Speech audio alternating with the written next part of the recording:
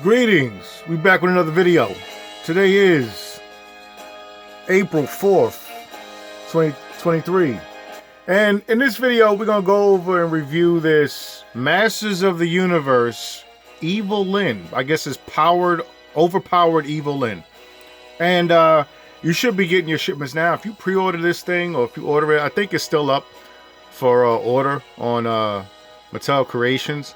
But I just received this. I actually picked up two of these because I wanted to see the sculpt and design of it. But overall, it's not a bad figure. Go over some of the things that evillyn comes with.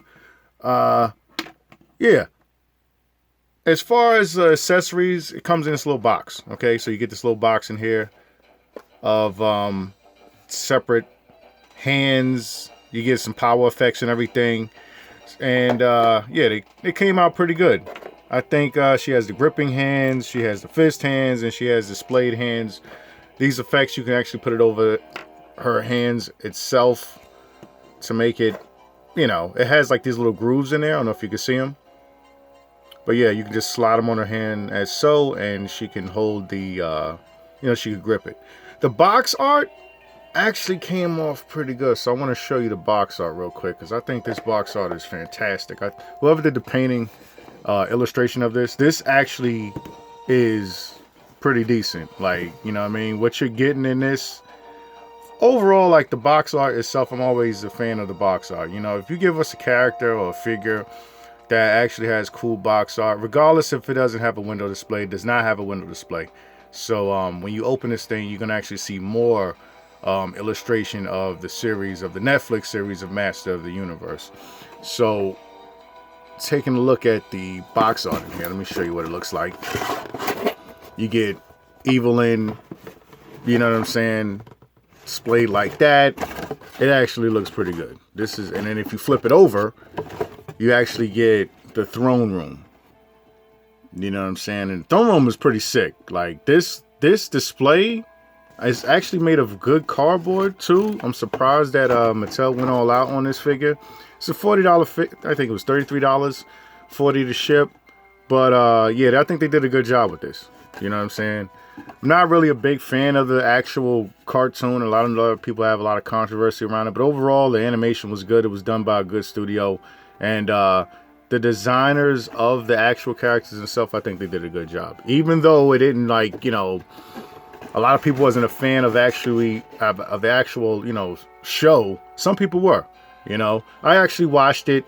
I have my opinions about it, but it really didn't bother me too much because, I mean, this is Master of the Universe. We're not really getting a lot of barbarian type fantasy characters on the shelf.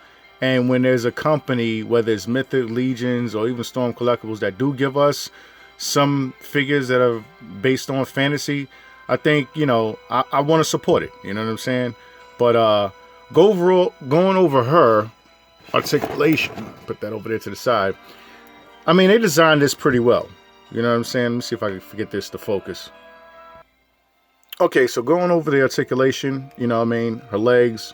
She actually has some real good designed legs. I gotta give him credit for that. She has a jewel in the center right here, which actually is transparent. It's like translucent a little bit, so you can see that. You know what I mean? So they, you know, this particular pattern right here is pretty much sculpted in plastic, but the back is a sort of like cloth feature. She also has this neck brace here that it does come out. You can pop it out. This piece does come out, but you're gonna have two gaping holes right there, so it's better just to leave it in. The articulation, her arms can go up as so. Her head rotation is pretty good for with that brace on it. I mean, she can actually get the flying poses a little bit. Her waist, she actually has a good waist articulation. She also has a split at the waist, which is also good. You see what I'm saying? See what I mean by this piece coming out? But we're gonna remove this for a second. We'll put it back on a little bit later. But I'm just gonna give you the overall articulation of what she can actually do. She can kick out.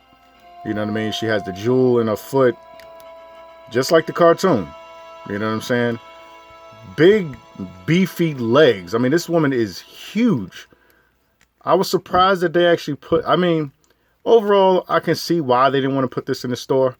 You know what I mean? It's a very revealing character, but like I said, as far as like the fantasy and the magic and your D&D fans, they're going to probably pick this up. I could see people picking this up. Even if you want to do customizations, I mean, you're not going to get a good sale on it because they're going to sell this at $30. This is actually a pretty big figure. As far as like her size, let me see if I can find you a good size representation of her.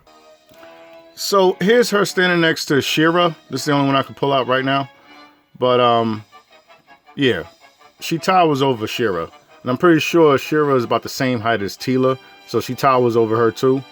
But same type of material, cloth material that you did get in She-Ra, you're gonna get in this. She also comes with this cape here. This cape has a peg in the back. I saw somebody's video who only had one of these straps on there, so you know, I don't know how your return policy is with Mattel, but if you only have one strap, you're supposed to have two. So this particular arm guard that goes on her back has wires in it, so you can actually, you know, bend it, display it. It has a nice starry pattern in the middle of it, in the back of it, which is pretty cool as well. So let me see if I can get this on her. It pegs right back here. And there you go. So she can look like she's menacing with that cape flowing in the back. And we can get the brace that goes on around her neck. See if I can get it on there. There we go. And it goes in there so. So, like I said, you know, she has this brace here. It really doesn't hinder her head at all. You know what I mean? Like, it's there, but it really doesn't hinder her head, actually, to move this character around. Yeah. I'm liking it. I'm digging the figure. Like I said, the show was okay. It wasn't as good as it could be, but they did a good job with the character itself. You know what I'm saying? Like, I was surprised that they showed this at the last Toy Fair, that they were going to make her.